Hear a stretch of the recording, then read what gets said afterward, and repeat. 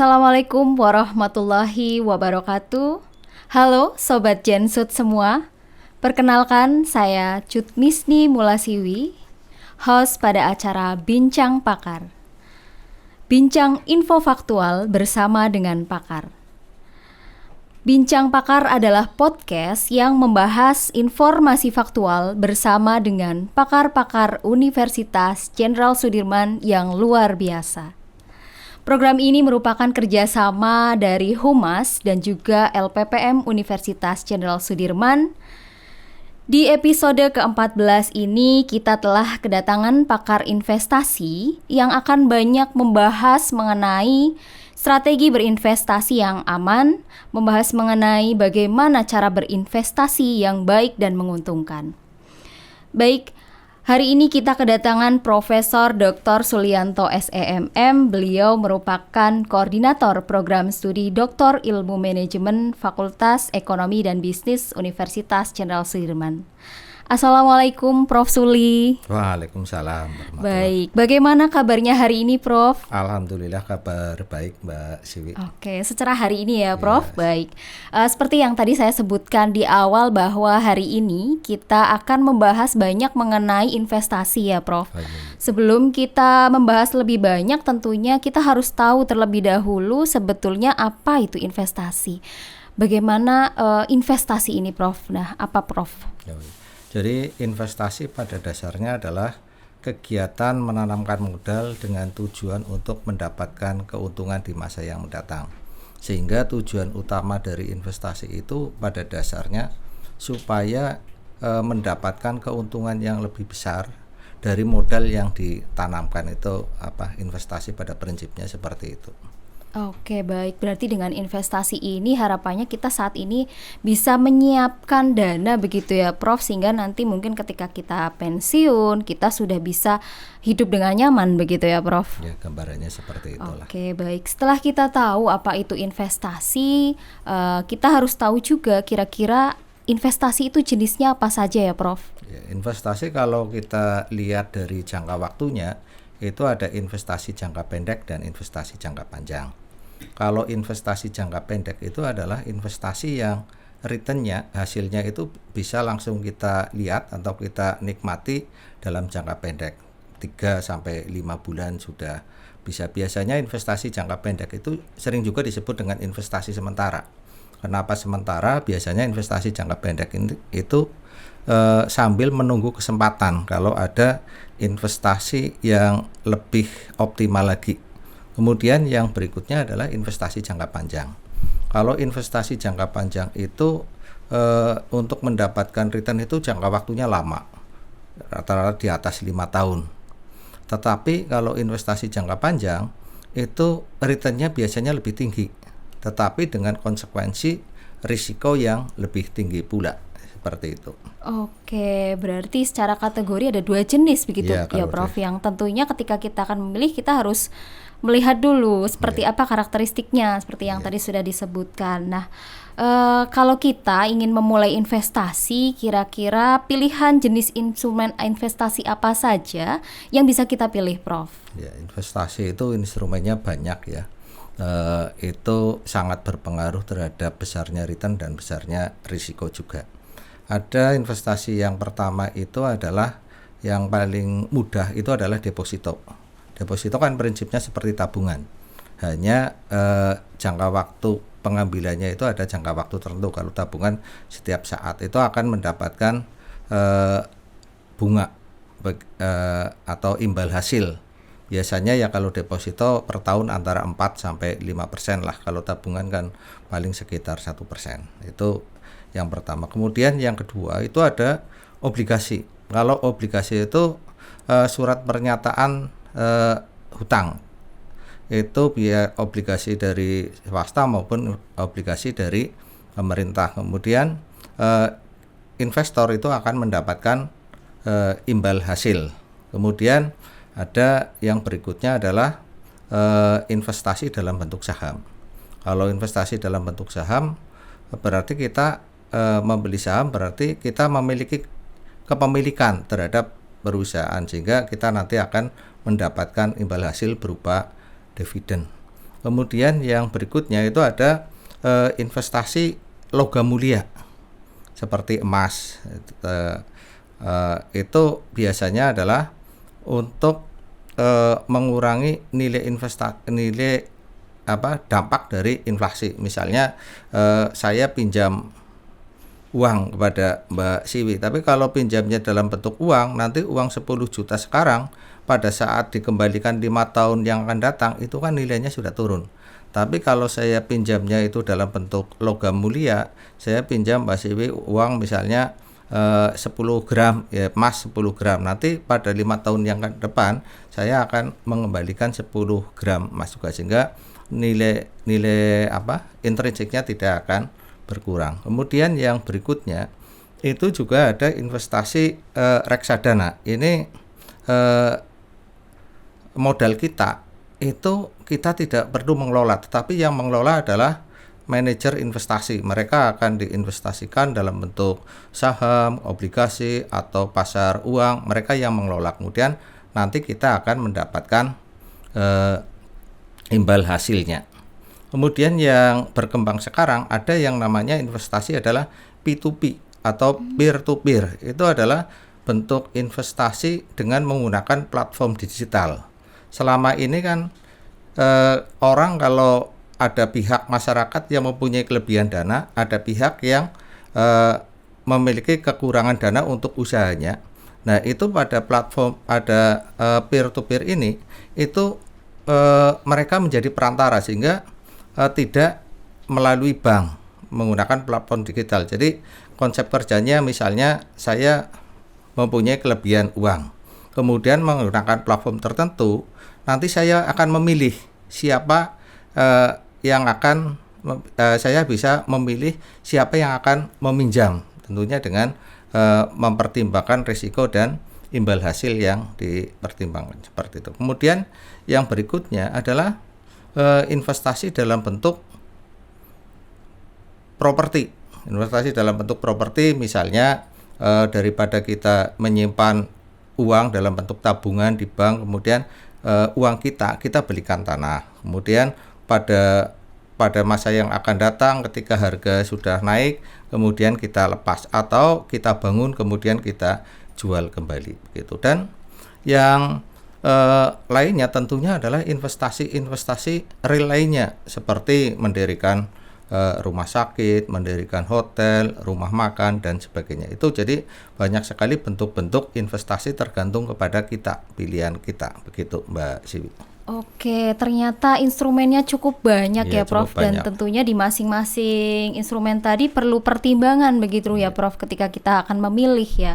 Kalau dari yang level paling mudah tadi deposito ya Prof? Iya, paling gampang itu. Paling mudah, oke. Kemudian mungkin karena digitalisasi sekarang ternyata instrumen investasi pun ada yang metodenya itu berbasis digital, yang P2P tadi ya Prof? P2P. Itu P2P itu jenisnya bisa berupa utang untuk konsumsi, ada utang produksi, dan ada invoice financing. Kalau utang konsumsi itu artinya begini, saya meminjamkan tetapi sama peminjam itu digunakan untuk kepentingan konsumsi, seperti misalnya untuk pesta perkawinan, liburan, membeli kendaraan, itu untuk kepentingan utang konsumsi. Kemudian kalau utang produksi biasanya digunakan untuk menambah modal kerja, usahanya semakin lama semakin meningkat sehingga perlu penambahan modal, itu menggunakan P2P itu digunakan untuk utang modal kerja. Tetapi kalau invoice financing misalnya begini, gambarannya saya mendapatkan pekerjaan untuk pengadaan misalnya pakaian dan sebagainya, sudah ada kontraknya. Biasanya kalau kontrak kan ada uang muka, tapi tidak cukup. Uang muka itu tidak cukup. Biasanya itu kan dibayar nanti setelah proyek itu selesai, pekerjaan itu selesai baru dibayar penuh. Nah, kekurangannya bisa nyari dari mana itu? Dari P2P itu. Jadi itu namanya invoice financing. Jadi mengajukan peminjaman untuk membiayai hal semacam itu sehingga nanti ketika proyek sudah selesai, sudah dibayar, baru dikembalikan. Itu seperti itu. Jadi perkembangannya itu semakin dengan semakin mudah lah untuk menanamkan investasi. Tapi kalau kita lihat resikonya, itu ya resiko yang paling kecil ya untuk invoice financing, itu resikonya paling kecil. Kemudian yang kedua untuk modal kerja, yang paling tinggi resikonya ya untuk konsumsi. Tentunya konsekuensinya nanti imbal hasilnya ya berbeda. Kalau untuk konsumsi ya nanti imbal hasilnya lebih besar, tapi resikonya juga lebih besar, begitu. Gambarannya seperti itu. Jadi instrumen-instrumen investasi itu gambarannya seperti itulah Mbak Siwi yang berkembang sekarang. Oke, baik, luar biasa. Selanjutnya kalau kita lihat ke saat ini, saya mungkin ya Prof sebagai pegawai atau Sobat Jensut sebagai pegawai negeri sipil begitu ya, atau karyawan, sebaiknya instrumen investasi yang seperti apa ya kriterianya ya Prof, mengingat keterbatasan waktu kita karena kita punya pekerjaan utama begitu Prof, mungkin akan lebih sedikit waktu mengelola investasinya. Jadi kira-kira yang seperti apa yang cocok Prof? Ya, jadi kalau kita sebagai pegawai PNS itu kan punya keterbatasan waktu.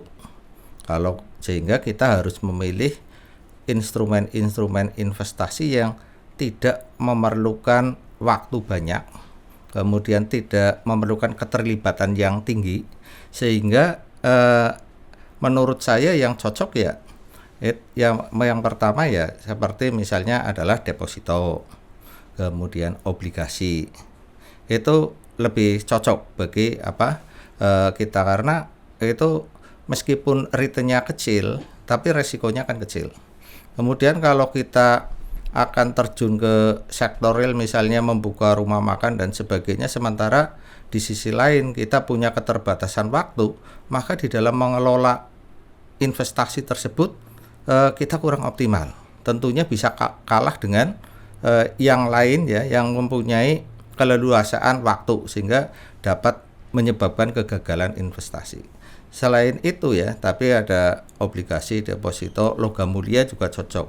Tapi kalau saham itu begini, kalau saham itu juga memerlukan waktu yang relatif lebih besar daripada obligasi, kemudian logam mulia, kemudian itu yang saham, karena kalau saham itu kita juga memerlukan waktu untuk melakukan analisis teknikal maupun analisis fundamental. Tanpa itu ya nanti kita bisa mengalami kerugian-kerugian. Kemudian yang cocok lagi itu reksadana juga cocok bagi para PNS, karena reksadana kan yang mengelola manajer investasi, mereka yang berpikir memikirkan investasi kita mau ditaruh di mana, sehingga kita tidak perlu. Kemudian kalau kita PNS yang sektor real, cocoknya itu properti, itu ya masih relatif cocok. Misalnya begini, kita ada kelebihan dana ya, kemudian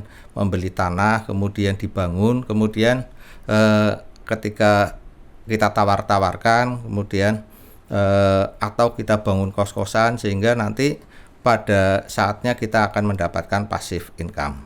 Artinya ya meskipun tingkat pengembaliannya kalau untuk usaha kos-kosan itu lama, tapi kan dari kenaikan pendapatan asetnya juga lumayan masih menguntungkan. Itu saya rasa itulah yang cocok bagi kita misalnya PNS, pegawai investasi yang jangan memerlukan keterlibatan tinggi meskipun returnnya kecil, karena kita kan sudah punya pendapatan dan punya kewajiban di pekerjaan kita, begitu Mbak Siwi. Oke, baik. Ternyata kategorisasinya kita cari yang returnnya mungkin nggak terlalu tinggi, tapi tidak membutuhkan kita untuk ikut andil terlalu banyak begitu ya Prof, karena kita memang punya kesibukan di pekerjaan utama kita. Kemudian tadi ada saham dan reksadana ya Prof. Nah ini juga berarti kalau untuk pemula mungkin lebih cocok yang mana Prof? Ya, baru pemula ya lebih reksadana. Reksadana, karena memang ada manajer investasinya begitu ya Prof. Oke.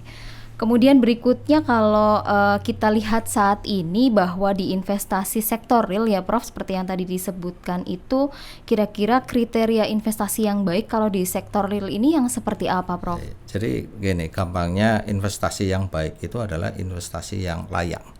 Layak dari segi apa? Dari semua aspek bisnis. Aspek bisnis itu pada umumnya ada 7 aspek. Jadi aspek itu yang pertama adalah aspek hukum, kemudian aspek lingkungan, aspek sosial, kemudian aspek teknis, kemudian aspek pemasaran, dan yang terakhir aspek keuangan. Semuanya harus layak gitu. Oke, ternyata investasi itu juga harus kita lihat kelayakannya begitu ya, Iya. Prof. Bahkan ada beberapa aspek tadi. Kalau kita lihat dari aspek hukum, Prof, ini berarti kita harus mempersiapkan apa, Prof? Iya, jadi tadi saya jelaskan bahwa investasi harus lihat dari dianalisis kelayakannya ya.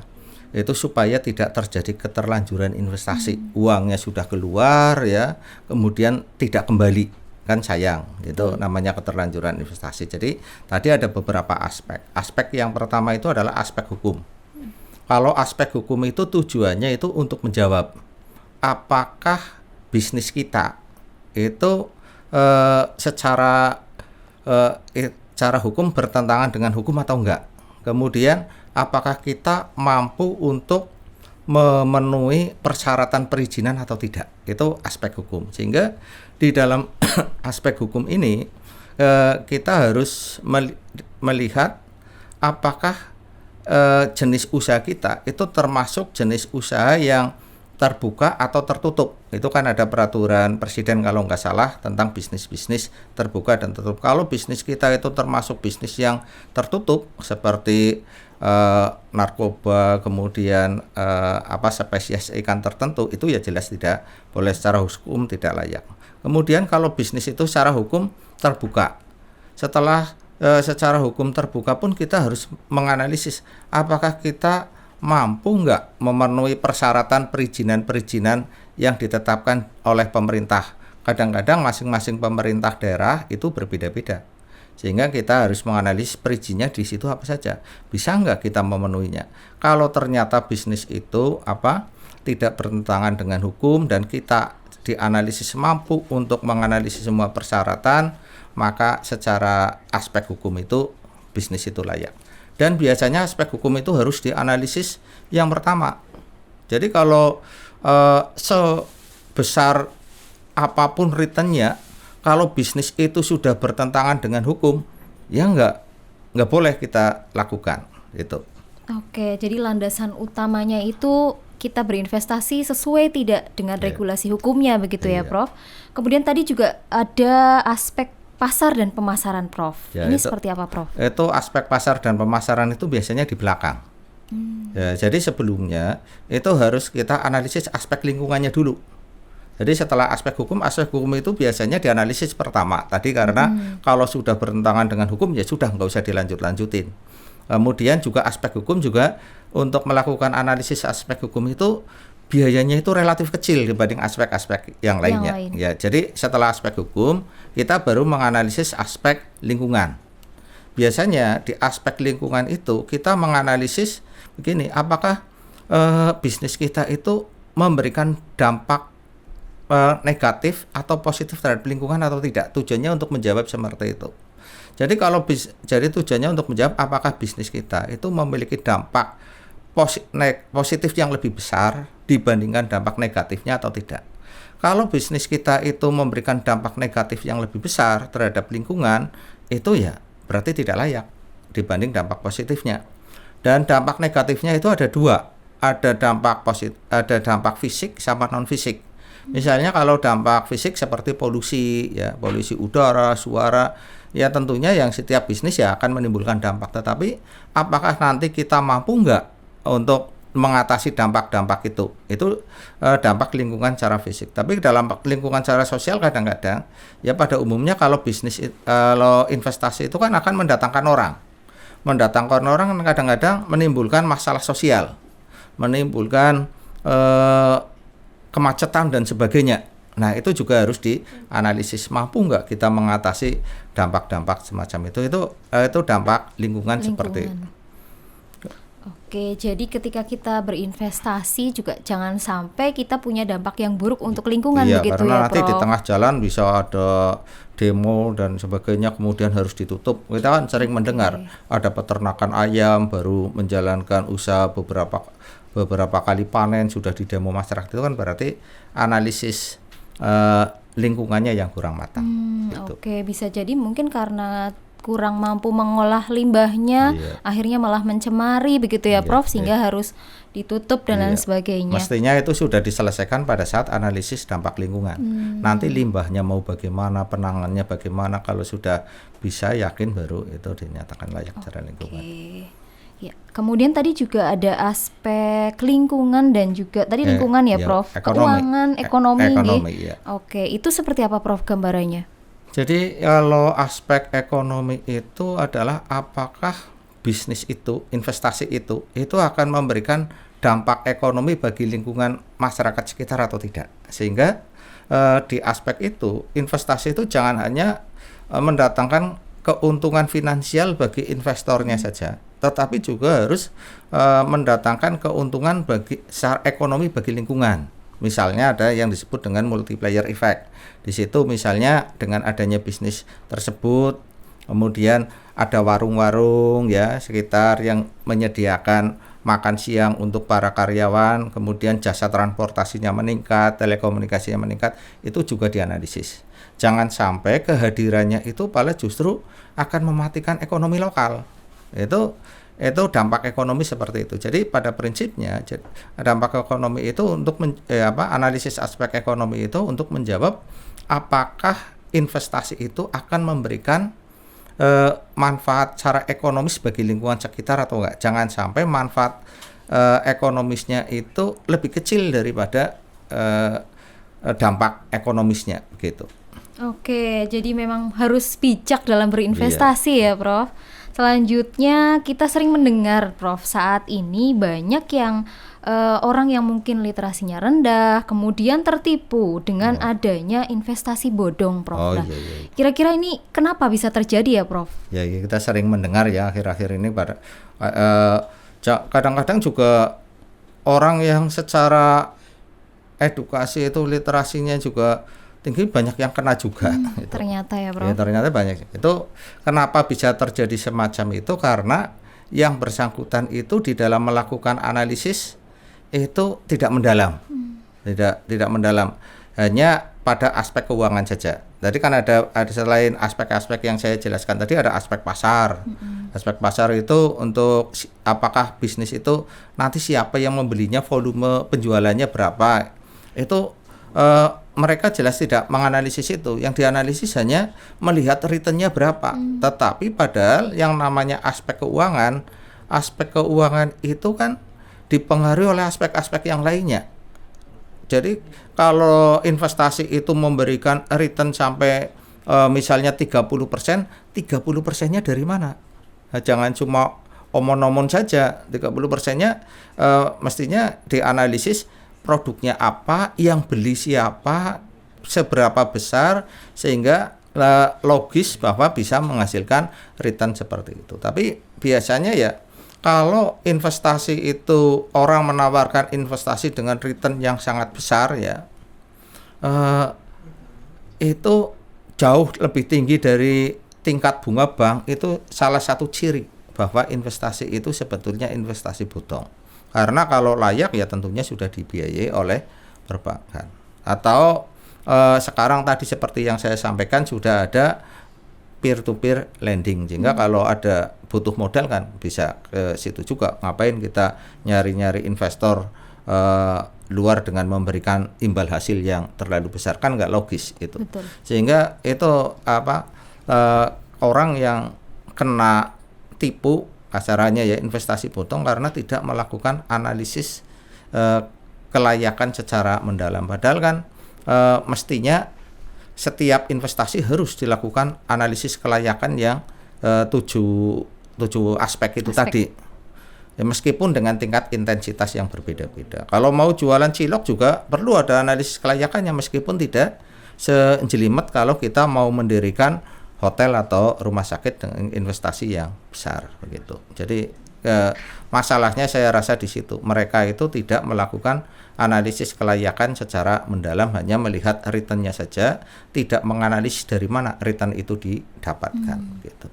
Oke, jadi Kita tidak boleh terlalu cepat tergiur begitu ya Prof, Iya, dengan janji-janji return yang besar begitu ya, tanpa kita memperhatikan 7 aspek tadi ya iya, Prof. Oke, baik. Kemudian kalau kita melihat saat ini Gen Z banyak yang melakukan investasi di bidang startup begitu ya iya. Prof. Nah, kalau startup ini sendiri seperti apa karakteristiknya Prof? Jadi karakteristik startup yang kebanyakan berkembang kemarin itu mengkombinasikan antara karakteristik pada UMKM dikaitkan dengan teknologi komunikasi atau Oke. jadi seperti itu. Jadi eh, kemarin kan banyak sekali yang pada gugur kan Ya, ya betul Prof. startup itu. Jadi eh, rata-rata dari 10 startup itu hanya 2 yang berhasil. Jadi tingkat tingkat keberlanjutan usaha itu sangat rendah ya, startup. Kemudian penyebabnya seperti yang tadi mungkin Mbak Siwi gambarkan, eh, kenapa kok startup itu banyak yang gagal, itu ada beberapa kemungkinan Mbak Siwi itu. Ya itu ya kaitannya dengan masalah investasi itu. Oke, Jadi kira-kira apa penyebabnya Prof? Bisa sampai gagal gulung tikar begitu Prof? itu eh, yang pertama itu kurangnya pendapatan. Ya, kurangnya pendapatan. Kurangnya pendapatan itu salahnya di mana? Itu salahnya pada analisis aspek pasar. Oke. Jadi kalau di dalam aspek pasar kan harus dianalisis produknya apa, kelebihan produk itu apa dibanding pesaing, kemudian target pasarnya siapa, estimasi potensi penjualannya berapa. Apakah potensi penjualan itu mencapai tingkat yang menguntungkan atau tidak. Jangan sampai volume penjualannya tidak mencapai BEP kan harus. Nah, itu penyebab rendahnya pendapatan di situ. Itu kemudian yang berikutnya itu banyak startup yang kalah di dalam persaingan. Karena startup itu kan banyak anak-anak muda kan. Betul. Kemudian idealis, punya ide banyak, tetapi pengalaman bisnisnya relatif kurang. Padahal yang di dalam bisnis yang namanya pengalaman itu sangat penting. Artinya kalau kita itu mau jualan bakso, kita harus tahu betul seluk-beluk bakso itu. Ya, kalau perlu kita harus bekerja di tukang bakso supaya tahu dari bahannya apa, dari mana mendapatkannya, pasarnya bagaimana, bakso yang kayak apa yang paling disukai, sampai dengan desain ruangannya kayak apa, baru menjalankan bisnis tersebut. Kalau modalnya pas-pasan. Beda kalau misalnya crazy rich kan buka usaha ini, buka sini, coba-coba. Ya kalau gagal kan masih ada modal yang lain. Tapi kalau yang pas-pasan kan gagal, kemudian untuk bangkit lagi kan susah. Itu yang kedua tadi kalah persaingan ya dengan. Kemudian yang berikutnya kalah persaingan itu penyebabnya adalah dia lemah dalam analisis lingkungan. Ya lingkungan itu kan ada lingkungan jauh, ada lingkungan dekat. Kalau lingkungan bisnis itu kan ada pesaingnya siapa, keunggulannya kayak apa. Kemudian ada barang substitusi penggantinya apa. Kita jangan berpikir kalau jualan bakso pesaingnya ya bakso, kan bisa juga mie ayam. Jadi pesaing itu kan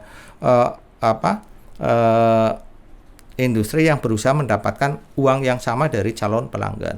Kemudian pemasok ya, kemudian pembeli itu juga harus dianalisis itu. Kemudian yang berikutnya itu penyebab yang lain itu karena ini dia investasi yang tidak tepat. Jadi misalnya begini, dia sudah berhasil dalam satu bisnis, kemudian karena sudah berhasil dalam satu bisnis, berusaha untuk ekspansi, menjangkau, tapi tidak dengan melakukan analisis seperti yang tadi saya sampaikan. Jadi buru-buru sehingga melakukan investasi yang tidak tepat pada bidang-bidang yang lain lah dari core bisnis utamanya itu tadi. Kemudian juga ada penyebab adanya over value dari dari perusahaan itu. Jadi menilai nilai perusahaan ya itu terlalu tinggi.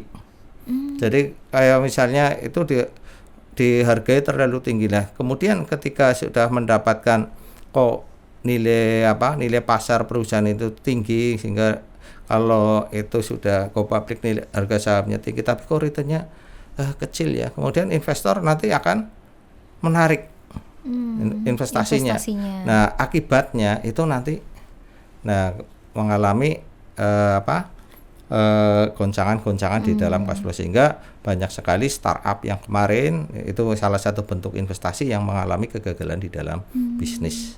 Seperti itu gambarannya, Mbak Sil. Oke, jadi ketika mau berinvestasi di startup pun kita perlu analisis ya, Prof. Jadi itu yang tadi saya sampaikan, itu yang 7 elemen itu ya, 7 aspek itu dasar. Mau bisnis apapun, saudara melihat aspek-aspek itu. Apakah melanggar hukum, kemudian bagi lingkungan bagaimana, apakah memberikan manfaat secara ekonomi atau tidak, apakah secara teknis dilaksanakan atau tidak, ada SDM-nya atau tidak yang menjalankan, kemudian pasarnya ada atau tidak. Baru kalau aspek keuangan kan sebagai dampak dari aspek-aspek yang lain itu.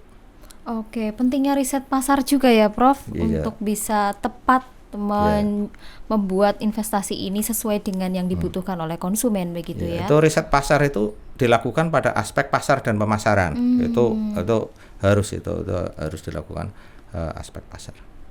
Oke, memang 7 aspek tadi menjadi landasan ya untuk apapun investasinya. Itu teori dasar lah, itu teori dasar.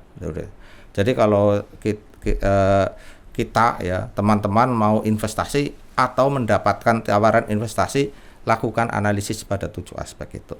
Insya Allah aman. Ya. Terima kasih sekali Prof. Suli, sharingnya hari ini sangat menarik. Harapannya nanti Sobat Jensut semua ketika sudah menyimak paparan dari Prof. Suli tadi bisa lebih bijak dalam memilih investment ya, atau instrumen dari investasi ini. Oke, baik, sekali lagi terima kasih Prof. Suli. Mungkin sebelum kita menutup sesi hari ini ada closing statement? Ya, terima kasih.